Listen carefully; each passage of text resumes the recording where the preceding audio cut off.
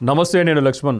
తిరుమలలో జగన్మోహన్ రెడ్డి గారి ప్రభుత్వం మొదలైన కాడి నుంచి తిరుమల మొత్తం అక్కడున్న సాంప్రదాయాలు, సనాతన వ్యవస్థ, పురాతన కట్టడాలు, పెద్ద పెద్ద మహావృక్షాలు నేల కొరుగుతున్నాయి, అంతా అపవిత్రం అవుతుందని చెప్పి హిందూ ధర్మ పరిరక్షకులైతేనేమి, భక్తులైతేనే పెద్ద ఎత్తున ఆరోపిస్తున్న పరిస్థితి ఉంది. కానీ జగన్మోహన్ రెడ్డి గారు అనుకునే తడువుగా తిరుమల వ్యవస్థ, అక్కడున్న వ్యవస్థ అంతా సర్వనాశనం చేసేందుకు ఒక పెద్ద కుట్ర పన్నారు. ఆ కుట్రలో భాగంగా పురాతన కట్టడాలు మొత్తం కూల్చుకుంటూ వస్తున్న పరిస్థితి కనిపిస్తుంది. ఇదే అంశంపైన మనతో మాట్లాడటానికి ప్రముఖ సీనియర్ జర్నలిస్ట్ సత్యమూర్తి గారు ఉన్నారు. ఆయనతో మాట్లాడే ప్రయత్నం చేద్దాం. సార్ నమస్తే. నమస్కారం అండి. తిరుమలలో ఇప్పుడేదో ఒక ప్రపోజల్ జగన్మోహన్ రెడ్డి గారు తీసుకొచ్చారు. ఏదో పురాతన ఆలయాలు, అక్కడ చుట్టుపక్కల ఉన్న ఆలయ ప్రాకారాలు, ఆలయాలు, మహావృక్షాలు కూడా సమూలంగా నేలకు మట్టం చేసి ఏదో కట్టడాలు కట్టబోతున్నారని చెప్పి ఇప్పుడు మనకి వినిపిస్తుంది. అది నిజమేనంటారండి? మొత్తం అసలు ప్రపోజల్ కూడా రెడీ అయిపోతున్నదండి. మొత్తం అక్కడ పారువేట మండపం అని ఉంటుంది. పారువేట మండపం, పారువేట ఉత్సవం అనేది అదొక చాలా పెద్ద ఉత్సవం. దానికి ఏంటంటే అప్పుడు ఎప్పుడో శ్రీకృష్ణదేవరాయలు కట్టించిన ఇది అన్నమాట. వేరే దేశాల్లో అయితే ఇటువంటి పురాతన కట్టడాన్ని ఎట్లా పరిరక్షించాలా అని చూస్తారు. దానికి రీఎన్ఫోర్స్మెంట్ పెట్టి వాటన్నింటినీ పెద్ద ఒక గాజు అద్దాల్లో పెట్టి భావితరాలకు చూపిస్తారు. ఇది శ్రీకృష్ణదేవరాయలు కట్టాడు, మనం దీన్ని జాగ్రత్త చూసుకోవాలని చెప్తారు.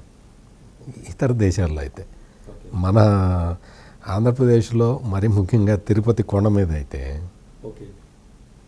కట్టడం తీసేస్తున్నారు. ఇట్లా రకరకాలు అసలు మొత్తం ఆ శిలా తోరణం వరకు కూడా కాటేజీలు వచ్చేస్తున్నాయి. అటువంటి పరిస్థితులు ఉన్నాయి. మీకు ఇప్పుడు మీరు ఈ ఔటర్ రింగ్ రోడ్ అనే ఒక కాన్సెప్ట్ తీసుకొని తిరుమల కొండ మీద ఔటర్ రింగ్ రోడ్ ఏంటండి? అసలు ప్రపోజల్ ఎట్లా వచ్చింది, ఏంటి, వీళ్ళు ఏం ఆలోచిస్తున్నారు? అంతకు ముందర నాకు బాగా తెలుసండి, అంతకు ముందరున్న ఈవోలు, ముఖ్య కార్యనిర్వహణాధికారులు వాళ్ళు ఏం ప్లాన్ చేశారు అంటే కొండ మీద స్టే చేయటం తగ్గించాలి, భక్తులు వచ్చి దర్శనం చేసుకొని ప్రసాదం తిని కిందకి వెళ్ళిపోవాలి, స్టే అంతా కూడా కింద ఉండాలి అన్న ఒక బ్రాడ్ కాన్సెప్ట్ తోటి. అంటే ఏంటి, తిరుమల పైన పవిత్రతని కాపాడటం ఒకటి, రెండోది ఏంటంటే అక్కడ డీప్ ఫారెస్ట్ ఉంటుంది కొండ మీద, శేషాచలం అడవులు, వీటన్నిటి అసలు చాలా డెన్స్ ఫారెస్ట్ అన్నమాట. అందులో ప్రకృతికి సంబంధించిన ఎన్నో వనరులు ఉంటాయి. వాటన్నిటినీ కాపాడుతూ, వాటన్నిటినీ కాపాడితేనే తిరుమల పవిత్రత. తిరుమల పవిత్రత చెడిపోకుండా, భగ్నం కలగకుండా ఈ విధమైన ఏర్పాట్లు చేసే వ్యవస్థలు ఉండేవి. అటువంటి ఆలోచన చేసే అధికారులు ఉండేవాళ్ళు. తిరుమల కొండ మీద ఔటర్ రింగ్ రోడ్డు వేద్దామన్న ఆలోచన వచ్చిందండి. ఎన్ని వృక్షాలు కూల్చేస్తున్నారు తెలుసా అండి? 100 సంవత్సరాలు వృక్షాలు కూడా కూలిపోతున్నాయి. ఎందుకంటే ఔటర్ రింగ్ రోడ్ ఏంటి? What is the necessity? కాటేజీలు ఉన్న కాటేజీలే తగ్గించాలి.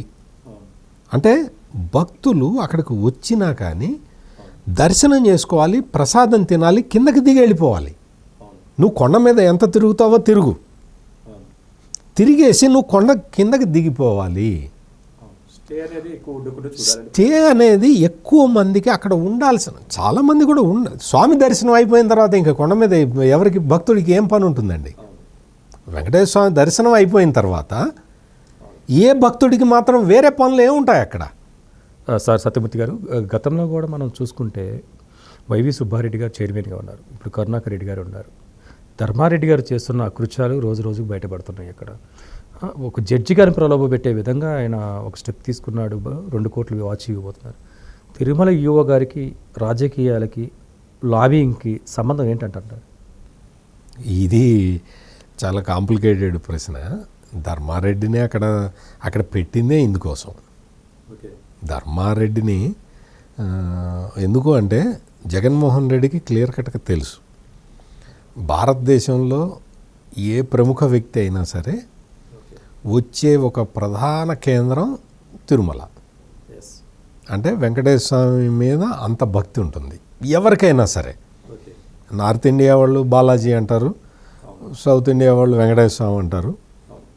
పేరు ఏదైనా కానీ నార్త్ ఇండియా వాళ్ళకి సౌత్ ఇండియా వాళ్ళకి అందరికీ కూడా ఒక కలియుగ దైవం కదా వెంకటేశ్వర స్వామి.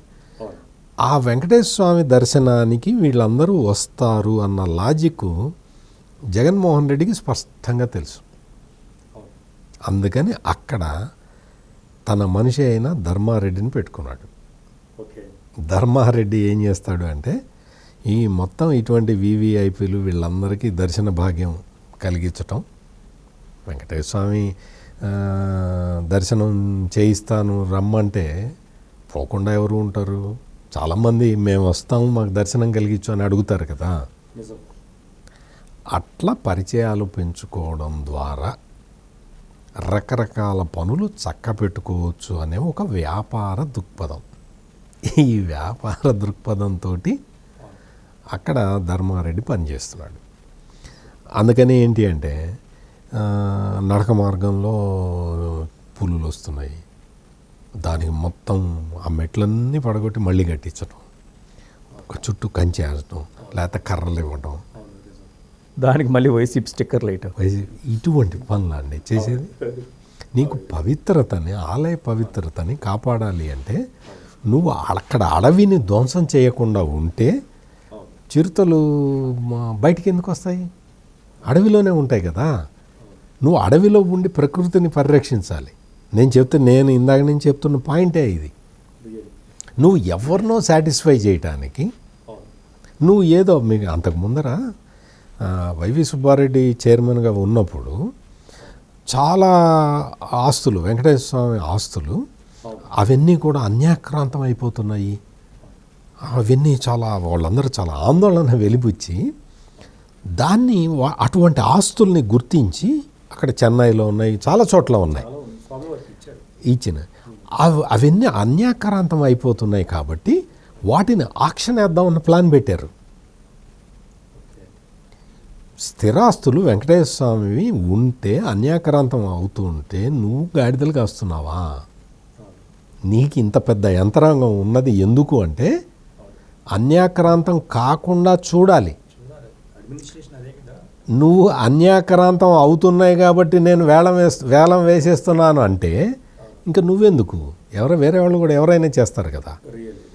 దాని మీద మొత్తం భక్తులందరూ ఆగ్రహం వ్యక్తం చేసి ఆ స్థలాలు కానీ ఆ ఆస్తులు కానీ ఇవన్నీ వెంకటేశ్వర స్వామి మీద భక్తితోటి భక్తులు ఇచ్చినవి కాబట్టి వాటిని పరిరక్షించుకోవాలి.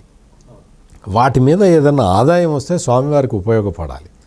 ఆదాయం రాకపోతే దాన్ని ఆదాయం మార్గంగా చేసి స్వామికి ఉపయోగించాలి. ఇవన్నీ చేయకుండా నేను వాటిని అమ్మేస్తానంటావేంటి?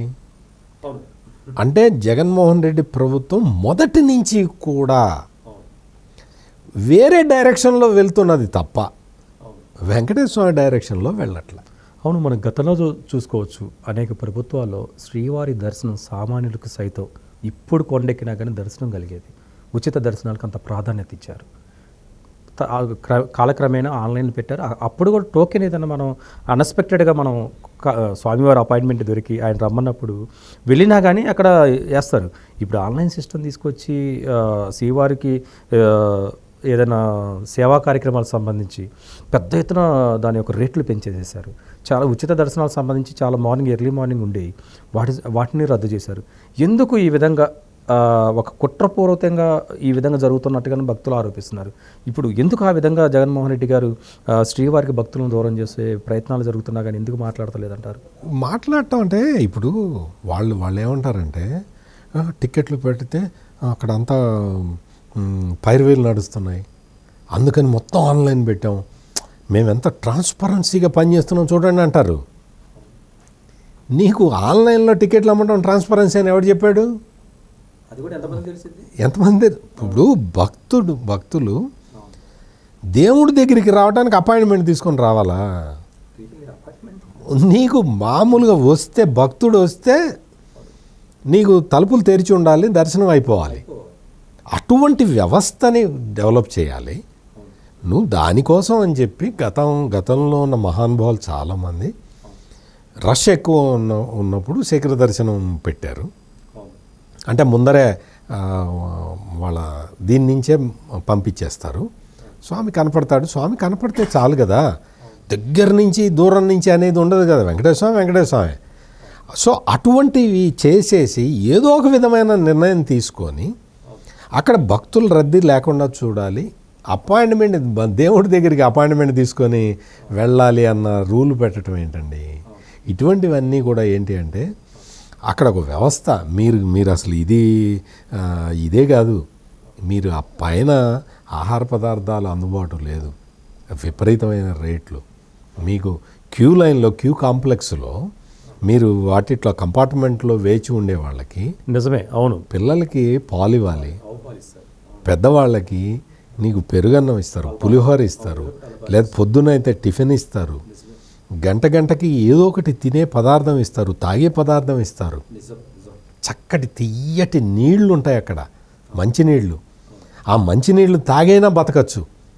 అటువంటి వాతావరణం, అటువంటివన్నీ కూడా, వ్యవస్థలన్నీ కూడా లేకుండా నీకు క్యూ లైన్లో వేచి ఉంటాడని. అసలు ఇదివరకు సమయంలో అయితే క్యూ లైన్లో వేచి ఉండటానికి భక్తులు ఎవరు ఇబ్బంది పడేవాళ్ళు కాదు. అవును, 2-3 రోజులు కూడా ఉన్నవారు, 2-3 రోజులు కూడా ఆనందంగా ఉండేవాళ్ళు. అటువంటి వ్యవస్థలు ఉండాలి కదా, అటువంటి పనులు చేయాలి కదా. వెంకటేశ్వర స్వామి దగ్గర అంత సంపద ఉండటమే కాదు, వెంకటేశ్వర స్వామి దగ్గర సంపద ఉందా లేదా అనేది విషయం కాదు. మేము ఈ విధంగా పొద్దున్నే టిఫిన్ పెట్టాలనుకుంటున్నాం భక్తులకి, ఆ రోజుకి ఇంతమంది భక్తులకి టిఫిన్ పెట్టాలి, ఎవరన్నా దాతలు రండి అంటే కొన్ని కోట్ల మంది వస్తారు. ఆ పని కూడా చేయట్లేదుగా. భక్తులకి, పిల్లలకి పాలు ఇవ్వాలనుకుంటున్నాము, ఆ పాలు ఇన్ని లీటర్లు అవుతాయి, దీనికి ఎవరన్నా భక్తులు ముందరకి రండి అంటే కొన్ని కోట్ల మంది వస్తారు. అటువంటి భక్తులు ఉన్న వెంకటేశ్వర స్వామి దగ్గర ఇదేం పద్ధతి అండి? వెంకటేశ్వర స్వామి దగ్గర కరోనా వల్ల ఆదాయం తగ్గింది. ఆదాయం తగ్గితే నువ్వు ఏదైనా ప్రోగ్రాం పెట్టి ఆ ప్రోగ్రాంకి డొనేషన్ అడిగితే వచ్చేస్తాయి కదా. అసలు వెంకటేశ్వర స్వామికి ఆదాయం తగ్గడం ఏంటి? ఆదాయం కోసమా వెంకటేశ్వర స్వామిని నడుపుతున్నది? వెంకటేశ్వర స్వామి ఆలయాన్ని నడుపుతున్నది ఆదాయం కోసమా? వెంకటేశ్వర స్వామికి నువ్వు వద్దన్న ఆదాయం వస్తుంది, నువ్వు లేకపోతే ఇంకా ఆదాయం బాగా వస్తుంది. నేననే పాయింట్ అది. మంచి పాయింట్ అన్నారు. ఈ విధమైన చర్యలు తీసుకుంటూ ఈ అడవులు కొట్టడం ఆపండి, ఇప్పటికైనా ఆపండి. చెట్లు కొట్టడం ఆపండి. అక్కడ పురాతన కట్టడాలకి ప్రాధాన్యత ఇవ్వండి. పురాతన కట్టడాలను ఆపండి. పురాతన కట్టడాలను నిలబెట్టే ప్రయత్నం చేయండి. భావితరాలకి మనం వారసత్వ సంపదగా వాటిని ఇవ్వాలి. ఇటువంటి దుందుడుకు చర్యలు తీసుకొని ఏదో భక్తులకు సౌకర్యం కల్పిస్తానని చెప్పి తిరుమల కొండ మీద మొత్తం రోడ్లు వేసేస్తే కమర్షియల్ ట్రక్కులు నడుపుతావా? వాటి మీద ఏం నడుపుతావు? ఈ విధమైన చర్యలు తీసుకోవటం అనేది మాత్రం భక్తులు చాలా మనోవేదనకు గురవుతున్నారు. ఇది మొత్తానికి తిరుమలలో జరుగుతున్న అపవిత్ర చర్యలు. దీనిని వెంటనే రాష్ట్ర ప్రభుత్వం ఆపాలి. ఆపకుంటే మాత్రం భక్తుల యొక్క ఆగ్రహం చవి చూడాల్సిన పరిస్థితి ఎదురవుతుంది. మరొక అంశంతో మళ్ళీ కలుద్దాం.